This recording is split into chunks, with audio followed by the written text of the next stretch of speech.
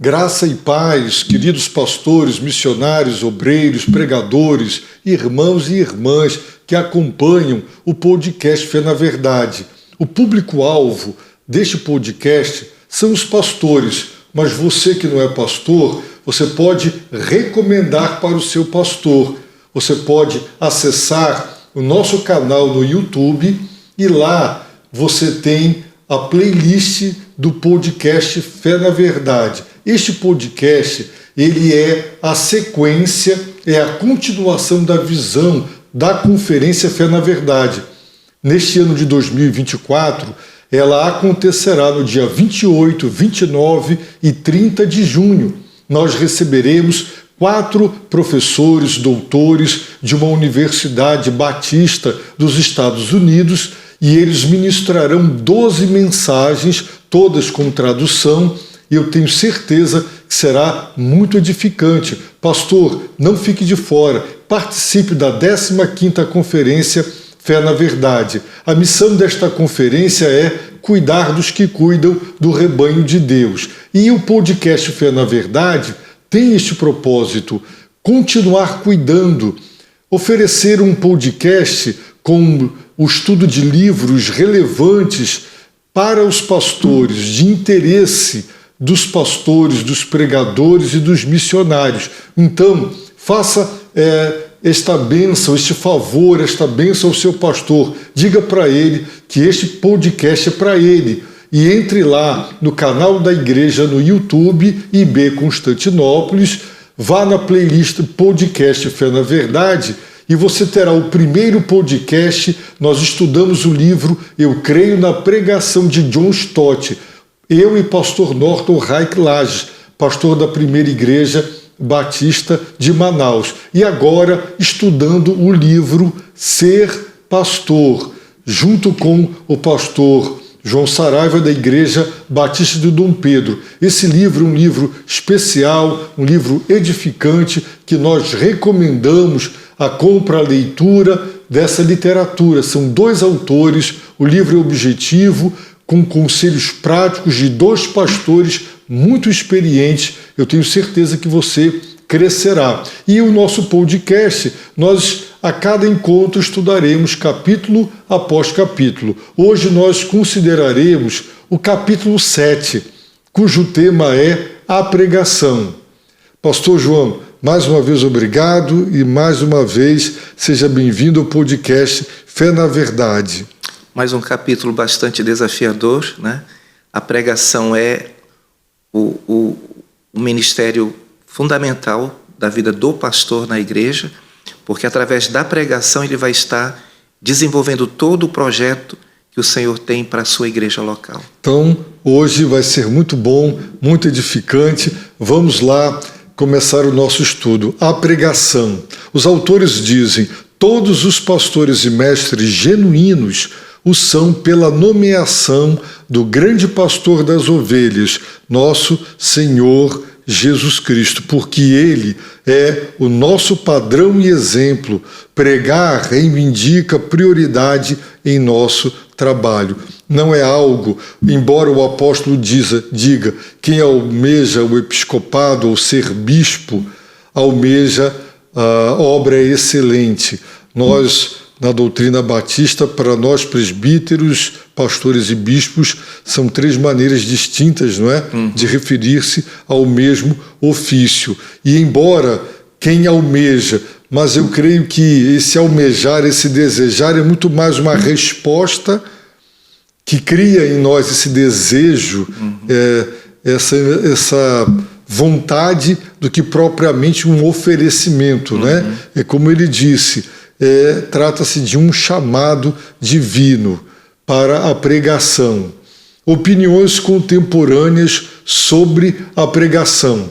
A pregação já não ocupa o lugar central em muitas partes da igreja, para sua grande perda, e tem havido uma espécie de reação à proeminência tradicionalmente dada a ela. O senhor concorda com isso, pastor? Concordo. Isso é em função de se perder a visão da necessidade do preparo, como nós vimos no capítulo 6, sobre o estudo e também da necessidade de se expor à palavra de Deus. A palavra de Deus precisa ser pregada de uma forma que o povo seja confrontado e tenha o seu coração de fato sondado com as Escrituras. Pastor, eu tenho lastimado muito alguns vídeos no YouTube, pastores batistas em conferências de linha liberal, realmente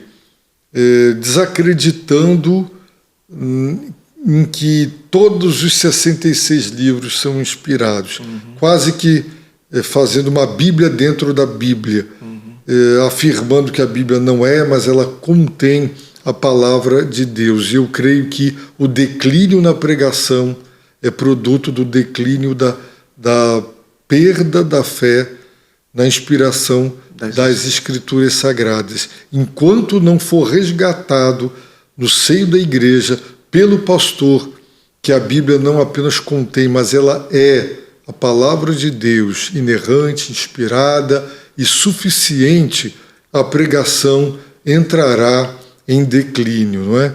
O senhor concorda com isso, pastor? Concordo. Isso precisa ser resgatado com urgência. Ok.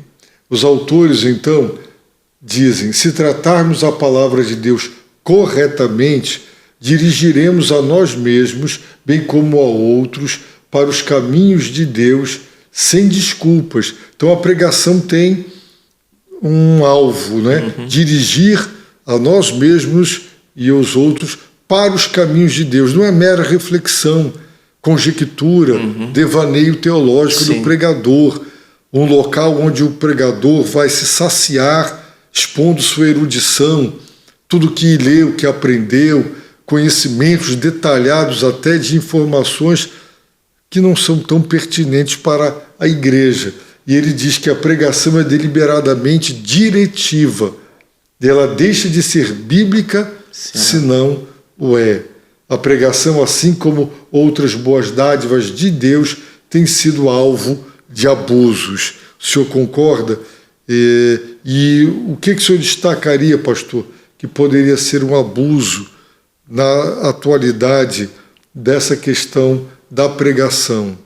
No que consiste em tentar, através da pregação do púlpito, se agradar aos ouvintes. Quem tem que ser agradado é Deus. Ele precisa ali, de fato, ser o centro da adoração e não os adoradores. Então a pregação precisa ser confrontativa, levar o povo a pensar biblicamente e aplicar as verdades das Escrituras em suas vidas. Isso vai tornar, então, de fato, relevante a vida cristã, relevante a vida do pastor e a das suas ovelhas também.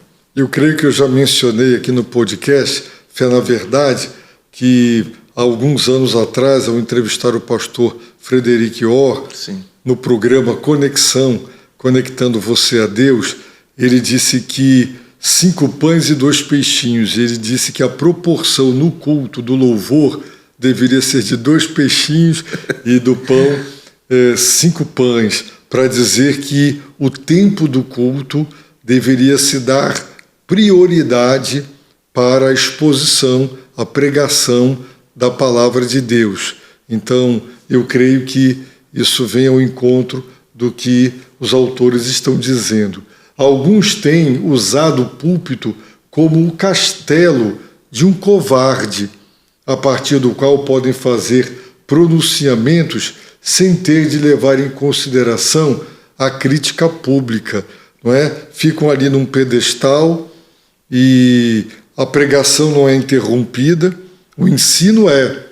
As pessoas param, perguntam, a pregação não. E o pastor pode realmente ficar de lado alto, metralhando e simplesmente sem levar em conta como a igreja está recebendo aquela palavra. E ele diz, eles o têm utilizado para transmitir suas próprias ideias em vez da verdade do Evangelho. Mas nossa preocupação é com a pregação da palavra de Deus e não com a propagação de ideias ou opiniões humanas. Como o senhor vê isso aí, pastor? Exatamente isto que faz com que o pregador perca a autoridade quando está pregando a palavra. Se ele não está vivendo aquilo que vimos no capítulo anterior, se ele não está vivendo na prática o que ele está ensinando, ele precisa, antes de tudo, ser obediente a Deus, porque o poder que ele está ali manifestando através da pregação é o poder do Espírito Santo, que vai estar tocando no coração dos ouvintes, iluminando a mente deles para entender de forma simples aquilo que o Senhor deseja que os seus filhos acolham em seus corações. Ok, e essa linha hoje, coach, não é? Os pregadores, eu sei que paletó e gravata não diz nada, mas hoje os pregadores tiraram os púlpitos, né? E estão se modelando em exemplos de palestrantes Sim. de sucesso que ficam para lá e para cá em cima de uma plataforma, fazem gracejos, gesticulam, muito entretenimento, muita coisa que de fato agrada, mas a pregação não tem que necessariamente agradar. Nós desejamos que a igreja se agrade da pregação, mas como o senhor disse, sendo confrontativa, ela vai desagradar muita gente, não é? Ela desagrada, mas é de uma forma em que há a produção de um arrependimento genuíno. Sim. E uma transformação que é o objeto, de fato, da pregação. É verdade. Muito bem. De maneiras sutis, a natureza primária da pregação pode ser corroída, até mesmo por aqueles que acreditam em sua importância fundamental. Outras atividades podem ser colocadas em seu lugar.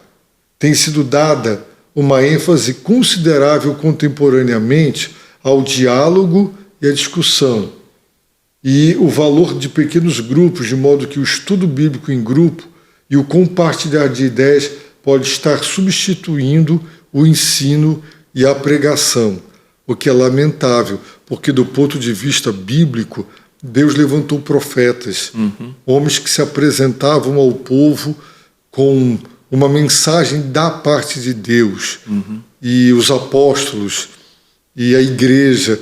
O pastor deve ser alguém que realmente se dirige ao povo de Deus, da parte de Deus, em nome de Deus, com a palavra de Deus, para dizer o que Deus mandou na exposição do texto bíblico. E a igreja nos lares, as células, isso fez com que as pessoas até falassem pejorativamente das mensagens como sermões cansativos, e o interagir num pequeno grupo algo mais interessante, e isso gerou bastante descrédito para a pregação. Eu creio que há valor em um encontro semanal para esse compartilhar, mas jamais em detrimento ou em substituição do falar de Deus pela pregação. O irmão pensa assim também? Exatamente. Nossa igreja tem grupos pequenos. E o que nós estamos fazendo? No domingo de manhã, nós temos a exposição. Estamos agora com o livro de Romanos. E eles trabalham nos pequenos grupos aquilo que foi pregado no domingo de manhã. Então, eles são encorajados a ir à igreja ou assistir, aqueles que não puderam ir ou não podem ir, assistir à pregação, à exposição da palavra. E nos pequenos grupos eles compartilham, não há nenhum problema. Deixamos bem claro que nos pequenos grupos não é uma pregação, é um compartilhar da palavra, mas de uma forma em que a comunhão, que é o propósito do grupo, é estimulada. E o mútuo encorajamento que é necessário na aplicação das verdades que foram pregadas no domingo de manhã. Então é importante este equilíbrio. Não podemos deixar em hipótese nenhuma que a pregação da palavra fique em segundo plano. Ok, muito bem. a distinção entre o ensino e a pregação. Uma distinção útil e significativa é feita no Novo Testamento, e especialmente nos Atos dos Apóstolos, entre ensino e pregação. Embora ambas as atividades estejam compreendidas no entendimento, geralmente aceito acerca da pregação. Em Atos 5,42, diz como os apóstolos não cessavam de ensinar e proclamar a Jesus como o Cristo. Então, há uma distinção mesmo, né? Feita ali no livro de Atos. Dando seguimento, então, mais adiante, por exemplo, Paulo e Barnabé são descritos como permanecendo em Antioquia, onde não cessavam de ensinar e de pregar Jesus, o Cristo. Há aqui uma distinção deliberada entre as duas noções, o que destaca a dupla abordagem que devemos ter em vista. No ensino, pretendemos dar às pessoas uma compreensão da verdade de Deus. Então, os autores continuam dizendo, começando muitas vezes com os primeiros princípios de uma doutrina.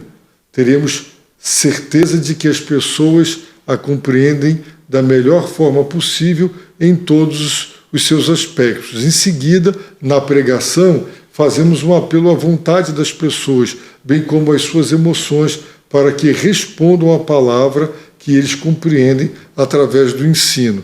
Então, o ensino trabalha mais a questão do conteúdo, a pregação também um apelo a esse confrontar, esse direcionar. No próximo bloco, pastor, nós consideraremos essa importância de ter encontros para ensino distintos da pregação e um corroborando o outro. O irmão falou que prega e a igreja trata do ensino em pequenos grupos, né? Aqui ele está propondo, sugerindo, uma alternativa, um caminho inverso, o ensino e depois desenvolver na pregação o que foi estudado. No próximo bloco, nós voltaremos para dar prosseguimento. Estamos de volta, estudando o 7º capítulo do livro Ser Pastor. O tema do estudo de hoje é a pregação. Que tema relevante e importante, porque Deus chamou os pastores para serem mestres da palavra, quer do ensino, quer na pregação. Pastor, então, os autores prosseguem falando sobre o pano de fundo geral da pregação. E eles dizem, antes de considerarmos os aspectos práticos da pregação, devemos lembrar que a nossa melhor preparação é manter prioridades diárias para o ministério eficaz. E aí eles vão dizer, primeiro, temos de cultivar o nosso conhecimento das Escrituras e nossa obediência a Deus através delas, para que nós mesmos cresçamos em nosso conhecimento dele. Então esse seria o primeiro aspecto fundamental para a preparação para a pregação. Que é o que vai impactar os ouvintes. Em Atos 2,42, o autor diz lá, e eles perseveravam na doutrina dos apóstolos. E a palavra ali no grego, didaquê, dá a ideia exatamente disso aqui. Porque a forma como nós vivemos aquilo que pregamos vai certamente contribuir de forma didática para agir na vida dos nossos ouvintes. Ok. Em segundo lugar, uma ampla gama de todo tipo de leitura é inestimável. No topo da lista deve estar a leitura teológica. Então, também podemos ler outras obras, até fora da nossa área de conhecimento, também tem a sua utilidade. Terceiro, a experiência de vida aumenta a pregação eficaz.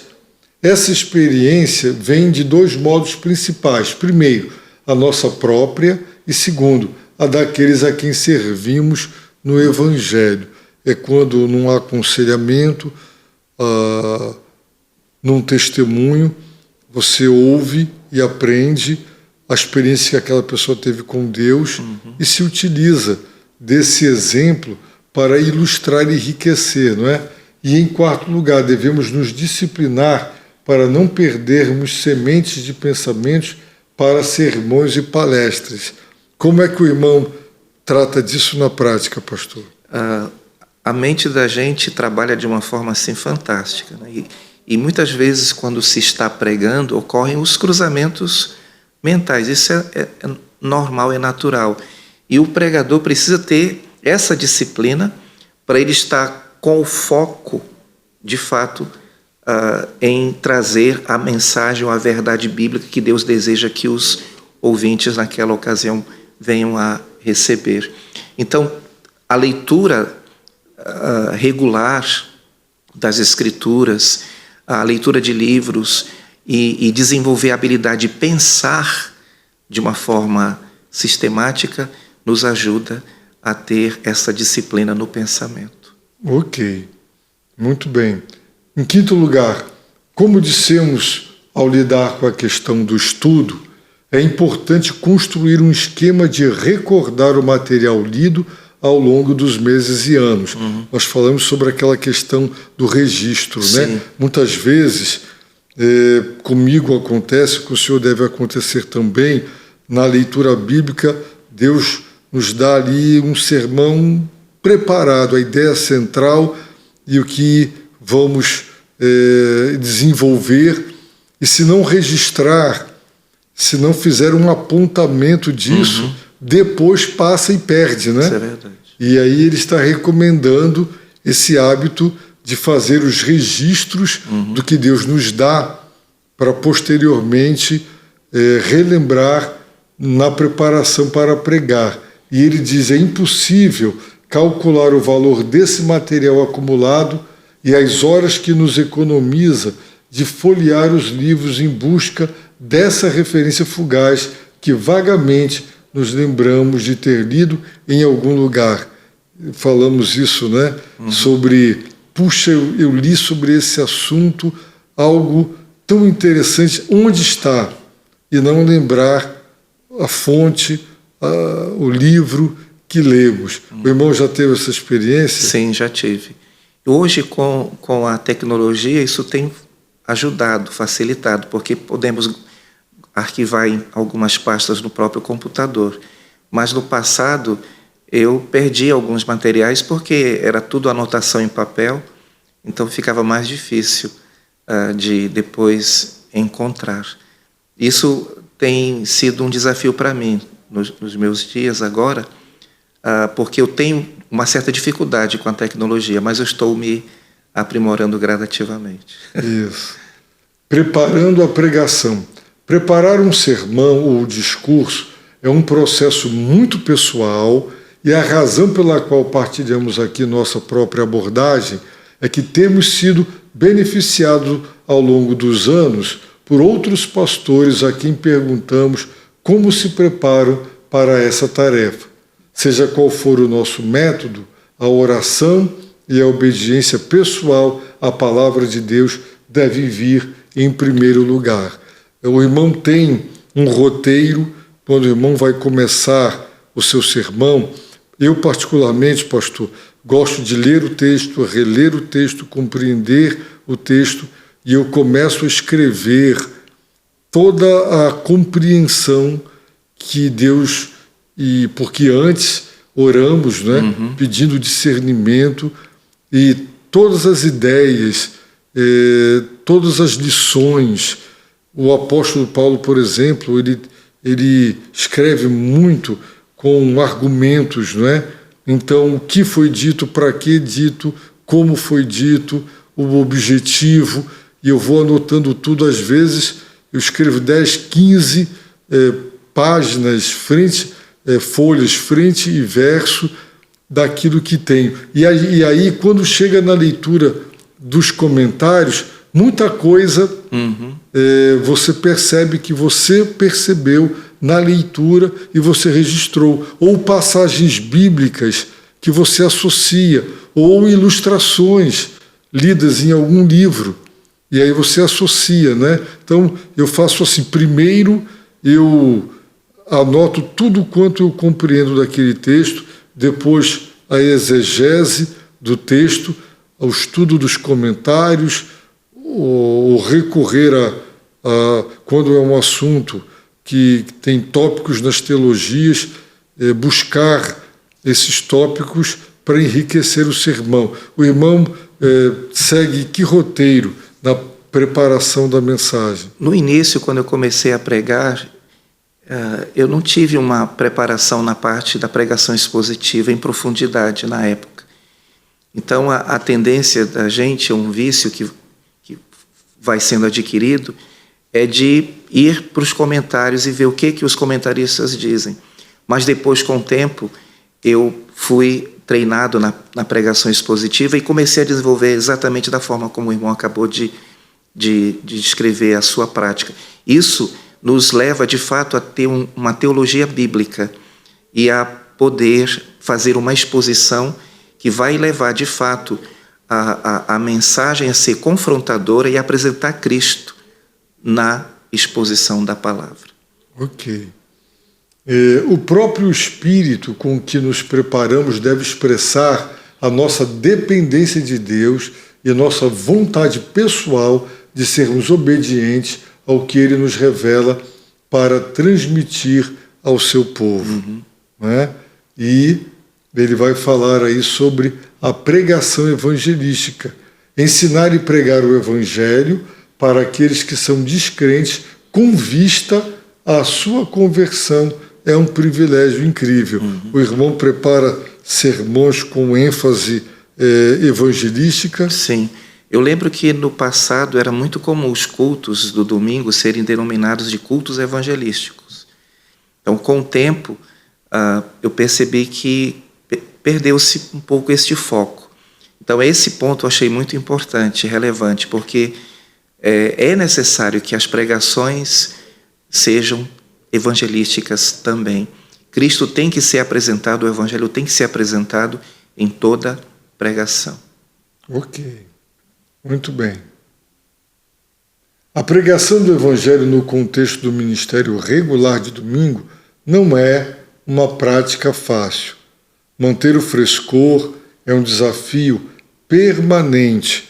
Nós pregamos para o mesmo auditório, domingo de manhã, domingo de noite, quarta-feira, nos treinamentos, e, como ele diz, manter o frescor é um desafio permanente.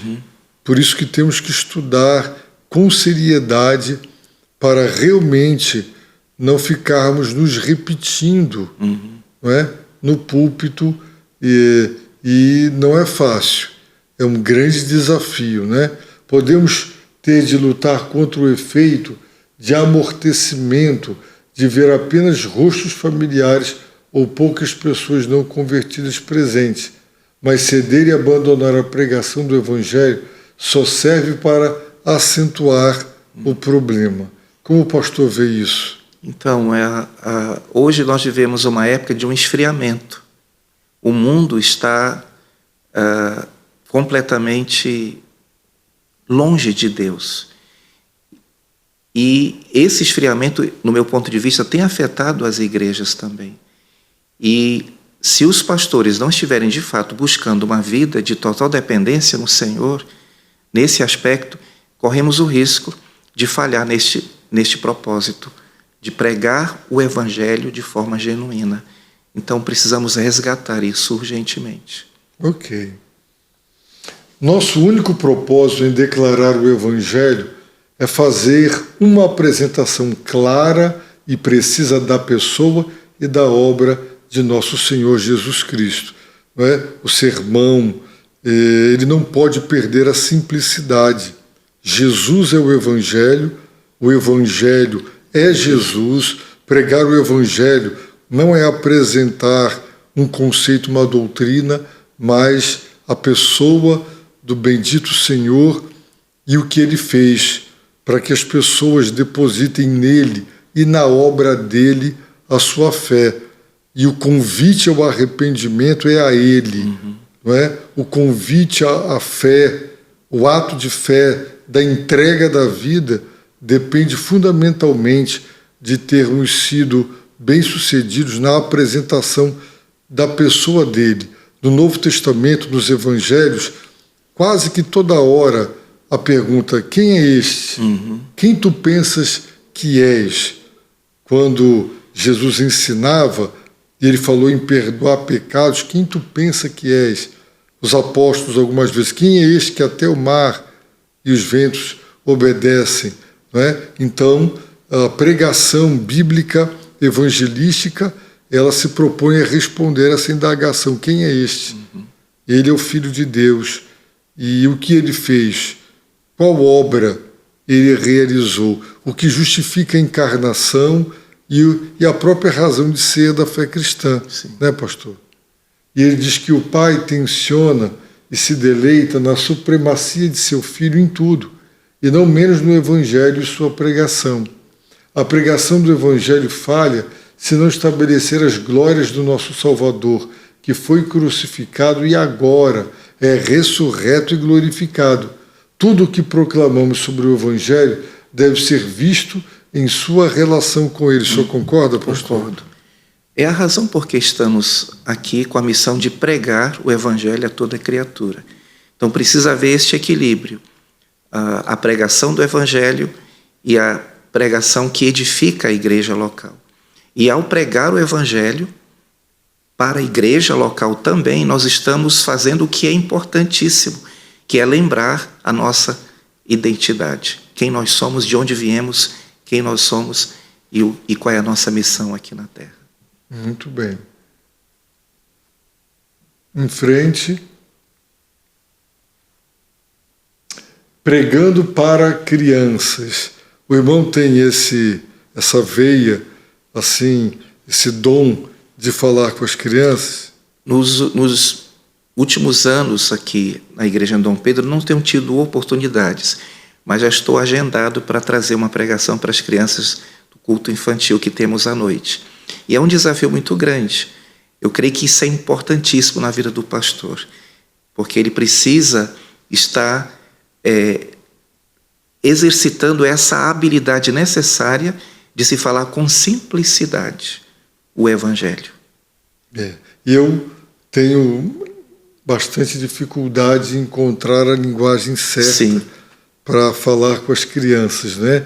E ele diz que as crianças são parte da congregação e nada melhor que elas estejam presentes e que os pais sejam incentivados a trazer seus filhos para que eles adorem juntos como famílias. Hoje nós temos o culto infantil separado, né? Independente do culto, mas na nossa última reunião com a área ministerial infantil, decidimos diminuir a faixa etária que fica lá embaixo para que eles comecem a fazer a transição e comecem a querer estar presente para acompanhar a mensagem. Essa transição é necessária e importante para que as crianças desenvolvam, não é, o prazer de vir adorar e de ouvir a Deus. Como o senhor vê isso, pastor? Importantíssimo. Nossa igreja tem um culto no mês em que as crianças participam junto com os pais, no culto de todos juntos. E temos também procurado diminuir a faixa etária, para que eles participem e assim eles sejam de fato encorajados a cultuar junto com seus pais. Senão se tornarão adolescentes despreparados, sem foco, sem atenção, para poderem acompanhar as mensagens. Exatamente. Pastor, no terceiro e último bloco, nós consideraremos, não é, esse tema da pregação que estamos desenvolvendo. Nós voltaremos rapidamente. Fique conosco, não desligue, não saia aí do nosso canal da Constante TV. Estamos de volta para o terceiro e último bloco do podcast Fé na Verdade. Hoje, o capítulo 7 do livro Ser Pastor, o tema, a pregação. E eu quero mais uma vez motivar você, pastor, a participar do podcast Fé na Verdade, a entrar no canal IB Constantinópolis, o nosso canal no YouTube e procurar a playlist deste podcast, porque ele é para você. Todos os capítulos, todos os livros que estamos estudando, eles são do interesse, da relevância para os pastores. E mais, quero também convidar você, ovelha, para motivar seu pastor, fazer com que ele saiba da existência deste podcast e motivá-lo também para inscrever-se na conferência Fé na Verdade, a 15ª edição, de 28 a 30 de junho de 2024. Abençoe seu pastor, inclusive com a inscrição. Motive e propõe em sua igreja que ela pague a inscrição do seu pastor para que ela participe. Serão 3 dias maravilhosos de ministração da palavra de Deus. Pastor, dando prosseguimento, à pregação para crianças, os autores dizem que uma mensagem regular para crianças fornece uma relação com os filhos da comunhão da igreja que não teríamos de outra forma, especialmente quando de algum modo envolvemos as crianças na mensagem. Falar de modo eficaz para crianças requer diligência, sinceridade, vivacidade e naturalidade. O irmão tem essa experiência? Sim, eu lembro quando eu comecei a congregar na igreja em Dom Pedro, eu tinha 10 para 11 anos de idade. E eu participava dos cultos. E a minha decisão se deu aos 12 anos de idade. Tomei decisão para Cristo. E aos 15, eu tomei decisão de começar a me preparar para o ministério. Então, o que se percebe? Há um potencial muito grande em se dirigir as pregações às nossas crianças. As crianças podem não entender a linguagem teológica, mas elas têm a oportunidade de, ouvindo a palavra, serem alcançadas pelo Evangelho. Então não podemos desperdiçar em hipótese nenhuma e valorizar o investimento que se faz na vida das crianças. Ok. Devemos ser diligentes em buscar maneiras úteis de expressar a verdade de Deus, preparando-nos para lutar com assuntos difíceis, até que vejamos uma maneira de apresentá-los de forma simples e compreensíveis para crianças. Eu admito que nessa área eu tenho bastante dificuldade. Graças a Deus, porque numa equipe pastoral você pode contar Exatamente. Com outros pastores que tenham mais essa habilidade, não é? De poder se dirigir às crianças e ministrar a palavra ao coração delas, né? E nunca devemos menosprezá-las ou sermos condescendentes com elas. Quer preguemos a partir de um manuscrito completo ou de esboço, é uma questão de preferência pessoal. Em ambos os casos, temos de nos assegurar de que não estejamos presos a qualquer dos dois. E falar para a criança é bom exatamente para nos deixar mais soltos, né? Menos dependentes dos apontamentos. Não é verdade? Falar de forma que essa habilidade que é necessária seja desenvolvida. Sim. Muito bem. Sendo nós mesmos. Temos que ser nós mesmos em nosso modo e estilo de pregação. Eu me lembro, né, naqueles tempos áureos do pastor Fanini, lá no seminário, e os alunos, quando pregavam na capela, você percebia, imitando alguns gestos bem característicos, né, de um pastor, na época áurea da pregação do Caio Fábio, né?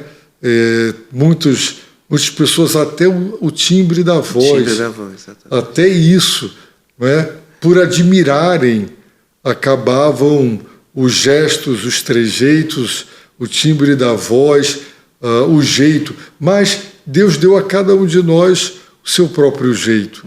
E ninguém vai conseguir reproduzir aquilo que é próprio, que é peculiar de um pregador, né?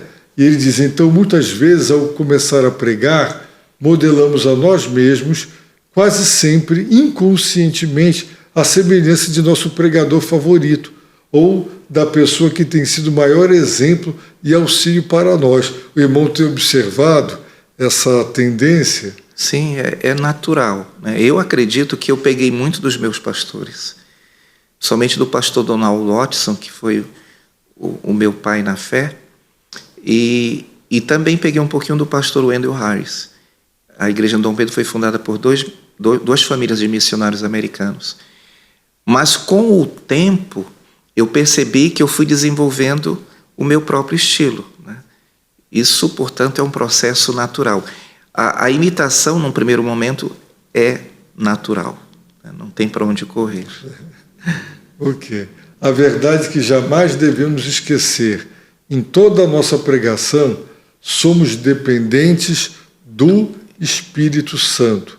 Como frágeis veleiros com suas velas, somos impotentes sem o vento do Espírito.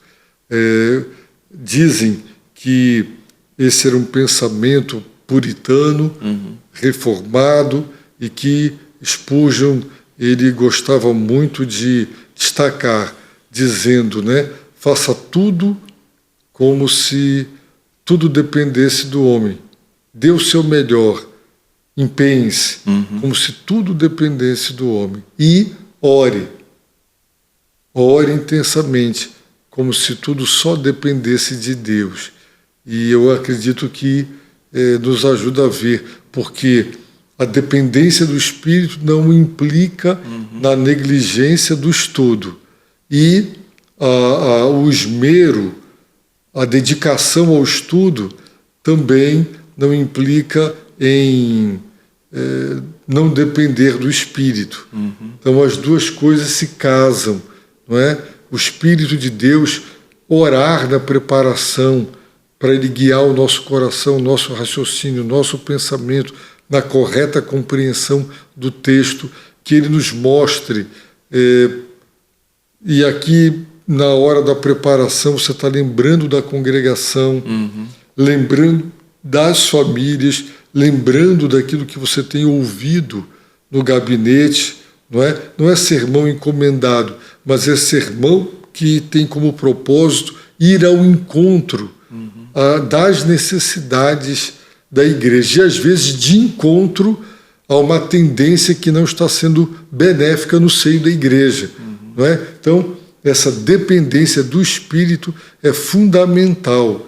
Pastor, tem essa experiência? Então, e hoje eu vivo nessa dependência mesmo, nessa visão, né, melhor dizendo. Porque eu até tenho uma expressão que eu uso um tom de brincadeira, uma coisa, outra coisa, outra coisa. A gente sabe que o Espírito Santo é quem nos conduz em nossas decisões e escolhas, mas precisamos de fato viver isso de forma intensa. Então eu percebo e quero que isso de fato seja uma realidade da minha vida, que cada momento Ele esteja participando comigo intensamente na preparação, principalmente da pregação do Evangelho, na pregação da Palavra de Deus. E essa dependência do Espírito necessária, mas alguns pregadores dizem, o Senhor me revelou, e entra muito nesse aspecto subjetivo de que houve uma revelação pessoal interior. Eu prego expositivamente e recomendo, porque o Espírito ele é o autor das Escrituras. Não é? E quando as pessoas pregam falando muito de revelações pessoais, é como se você estivesse extrapolando a palavra e transmitindo algo que o Espírito tenha dito a você em particular. Isso tem um certo perigo, que a gente deve evitar. Né? Isso traz um risco para o foco estar no pregador e não no Espírito Santo, né? Não na pessoa de Deus, naquele que de fato deve ser reconhecido como a fonte de todas as coisas e a razão da nossa missão aqui na Terra como pregadores do Evangelho. Ok. Muito bem. Os perigos da pregação. O perigo mais óbvio da pregação é o orgulho. O melhor corretivo é avaliar o perigo e procurar e aceitar críticas construtivas daqueles a quem podemos confiar que serão honestos conosco. Um perigo oposto e tão comum é o desespero e um sentimento de fracasso. Tanto o desejo, a necessidade de receber elogios após a pregação, o que pode gerar vaidade no coração do pregador, ressentimento com alguém, às vezes até a esposa, quando faz uma observação sobre uma fala talvez inapropriada, ou o fato de que, no determinado momento, houve uma digressão, né? Deixamos o que estávamos falando e fomos para uma outra fala e não voltamos mais. Então, as pessoas podem nos ajudar a avaliar se a pregação ela de fato atingiu o seu objetivo. E esse perigo oposto, tão comum, é o desespero de um sentimento de fracasso. Eu lembro que o pastor Timichak, ele foi o nosso diretor da nossa Junta de Missões Mundiais, e ele ouvia o pastor Lloyd Jones pregando nas exposições lá na capela de Westminster. E alguém que tinha acesso aos bastidores, após ele descer do púlpito, ele foi para o gabinete e alguém foi falar com ele, a porta estava entreaberta, ele estava de joelhos, com uma voz bem como quem estava chorando, pedindo misericórdia a Deus, porque ele achou que não havia cumprido o seu papel como devia, né? E se ele, que foi realmente um expositor tão exímio da palavra, passou por isso, nós também passamos, né? Às vezes, deixar o púlpito triste. Às vezes pode ter razão, puxa, eu fui negligente e não me preparei adequadamente, ou uma tentação do inimigo, né? Ou alguém que exige demais de si. Não é? Como o pastor vê isso? Eu percebo que, se não houver um cuidado em se fazer um autoexame nessa questão, nós caímos nestas armadilhas. Então, esse medo pode ser eliminado na medida em que, de fato, nós buscamos uma vida piedosa, uma vida de dedicação ao estudo da palavra, ao compartilhar e a não ficar na expectativa de sucesso pessoal, mas de cumprir a missão de pregar o Evangelho, ser o pregador da palavra de Deus. Isso nos poupa de riscos nesta armadilha. Ok. E é interessante, pastor, porque quando você se prepara adequadamente para pregar e ora, quando vem o elogio, você não se gaba. Exatamente. Você não se orgulha, você não se ufana. Você dá glória a Deus e guarda no coração sem deixar aquilo te contaminar. Por outro lado, se você recebe algum elogio e você sabe que foi negligente ou uma crítica, você sabe que ela está sendo pertinente e que precisa melhorar e consertar. Ser considerado. Né? Então, é muito pertinente essa colocação. O terceiro risco é nossa impossibilidade de estar frequentemente no lado receptor da pregação. Estamos do lado de cá, né? E pior ainda, quando ouvimos outros pregarem, podemos ser ouvintes mais críticos. Às vezes, em congressos, né? Os pastores vão para o congresso e ficam ouvindo não com o coração ardente, faminto e sedento de receber, mas como analistas da pregação alheia, né? Isso não é bom. É esse espírito crítico. Eu estava com um colega num congresso e ele todo o tempo fazendo observações, e ao final disse para ele: você passou o tempo todo criticando, você não consegue ouvir a Deus assim, você tem que se colocar ali como uma ovelha do Senhor que vai receber, né? E não como um crítico que vai avaliar um pregador, não é? Então devemos tomar cuidado com essa armadilha e cultivar o sermos bons ouvintes, procurando a palavra do Senhor como gostaríamos que os outros o fizessem quando nos escutam. É por isso que eu recomendo aos pastores que participem de conferências, como a Conferência Fé na Verdade, congressos voltados especificamente para os pastores, como isso nos faz bem ouvir, porque passamos tanto tempo pregando e precisamos também ouvir, não é, pastor? Isso exige disciplina, é um treinamento. Ouvir é muito importante para quem fala também. E o maior privilégio, não há maior tarefa em todo o mundo do que ensinar e pregar a palavra de Deus, porque nos empenhamos no privilégio de proclamar as insondáveis riquezas de Cristo e em deixar claro o significado do grande plano de salvação de Deus, que foi mantido escondido até a vinda de seu Filho. Não existe, dizem os autores, maior privilégio. Pastor, suas considerações finais. O irmão concorda que não existe maior privilégio? Isso é fantástico, né? Não existem palavras para descrever o que nós, como pregadores, estamos desfrutando, né, da parte de Deus, de sermos embaixadores, de sermos porta-vozes, profetas, porque quando estamos pregando, estamos ali nesse papel de falar a pregação, a palavra de Deus, e que isso sirva de estímulo para todos nós que somos pastores e pregadores, de procurarmos fazer essa responsabilidade, essa missão que nos foi confiada com mais excelência e dedicação. Ok.